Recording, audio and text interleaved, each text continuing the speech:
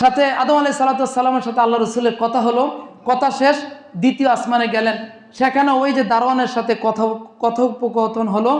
দ্বিতীয় আসমানের পরে দরজা খুলল, সেখানে ওঠার পর দেখলেন সেখানে দুইজন নবী, হযরত ইয়াহইয়া আলাইহিস সালাম এবং হযরত ঈসা আলাইহিস সালামের সাথে সেখানে সাক্ষাৎ হলো।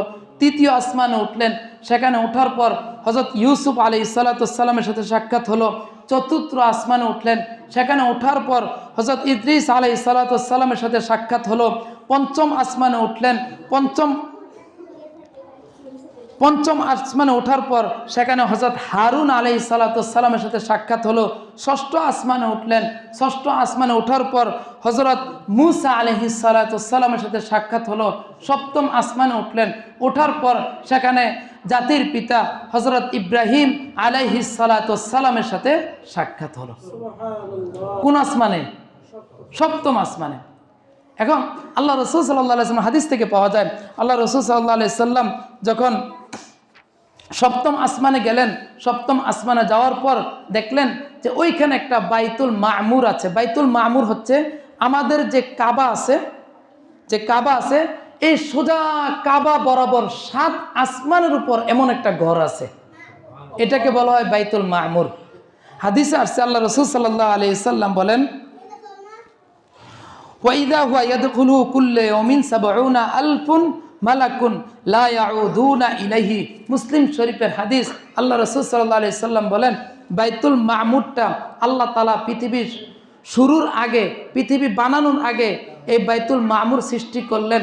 বাইতুল মামুর সৃষ্টির পর থেকে নিয়ে দৈনিক ৭০,০০০ ফেরেশতা এই বাইতুল মামুরটাকে তাওয়াফ করে।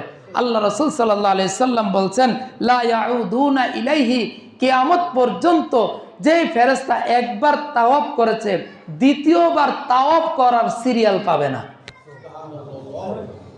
পৃথিবী কত হাজার বছর আগে সৃষ্টি হয়েছে, সামনে আবার কত বছর থাকবে, কত লক্ষ, কত কোটি, কত ফেরেশতা আল্লাহ তাআলা বানাইছেন যে ফেরেশতারা দ্বিতীয়বার তাওয়াফ করার সময় পাবে না, সুযোগ পাবে না। তো ইব্রাহিম আলাইহিস সালাম এই বাইতুল মামুরের সামনে, বাইতুল মামুরে হেলান দিয়ে বসে আছে। জিবরাইল আলাইহিস সালামকে জিজ্ঞাসা করা হলো, কে? যে এটা আমাদের জাতির পিতা ইব্রাহিম আলাইহিস সালাম। কারণ আল্লাহ রাসূল সাল্লাল্লাহু আলাইহি সাল্লাম, আমরা এই যে দুরূদ পড়ি না, আল্লাহুম্মা সাল্লি আলা মুহাম্মদ ওয়া আলা আলি মুহাম্মদ কামা সাল্লাইতা আলা ইব্রাহিম, আমাদের নবীর সিলসিলাটা হলো ইব্রাহিম আলাইহিস সালামের সিলসিলা। তো সুতরাং মুসলিম জাতির পিতাকে ইব্রাহিম আলাইহিস সালাম। সেখানে যাওয়ার পর আল্লাহ রসুলকে দেখে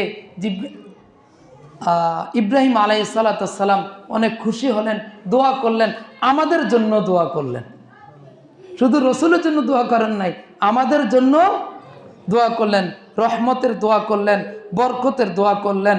আল্লাহ রসুল সাল্লাল্লাহু আলাইহি সাল্লাম বাইতুল মামুর থেকে সামনের দিকে অগ্রসর হচ্ছেন, আরেকটু সামনে অগ্রসর হয়ে আল্লাহর আরো উপরে অগ্রসর হওয়ার পরে আল্লাহ রসুল সাল্লাল্লাহু আলাইহি সাল্লাম একটা বিশাল একটা বরুই গাছের নিকটে এসে পৌঁছলেন। বরুই গাছ, যেটাকে বলা হয় সিদরাতুল মুনতাহা, এই সিদরাতুল মুনতাহা পর্যন্ত আসলেন। আসার পর আল্লাহ রসুল সাল্লাল্লাহু আলাইহি সাল্লামের সাথে ছিলেন কে? জিবরাইল আলাইহিস সালাম। বললেন যে আমি এখান থেকে আর সামনে অগ্রসর হওয়া আমার নিষেধ, আমার স্থান, আমার সীমা এতটুকু পর্যন্ত, সিদরাতুল মুনতাহার উপরে ওঠার মতো ক্ষমতা আমার নাই।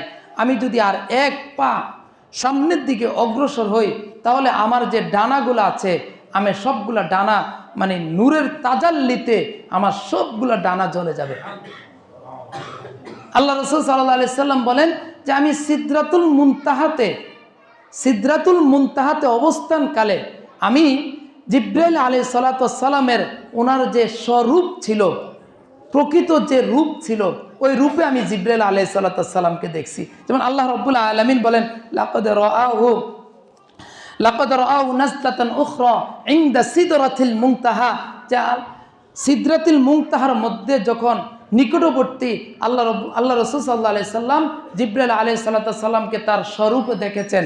কেমন দেখেছেন? জিব্রাইল আলাইহিস সালামের 600 ডানা, এক একটা ডানা, দুইটা ডানা যখন এইভাবে দুই দিকে প্রসারিত করে উত্তর থেকে দক্ষিণ মেরু পর্যন্ত পুরাটা ওনার ডানার নিচে চলে আসে।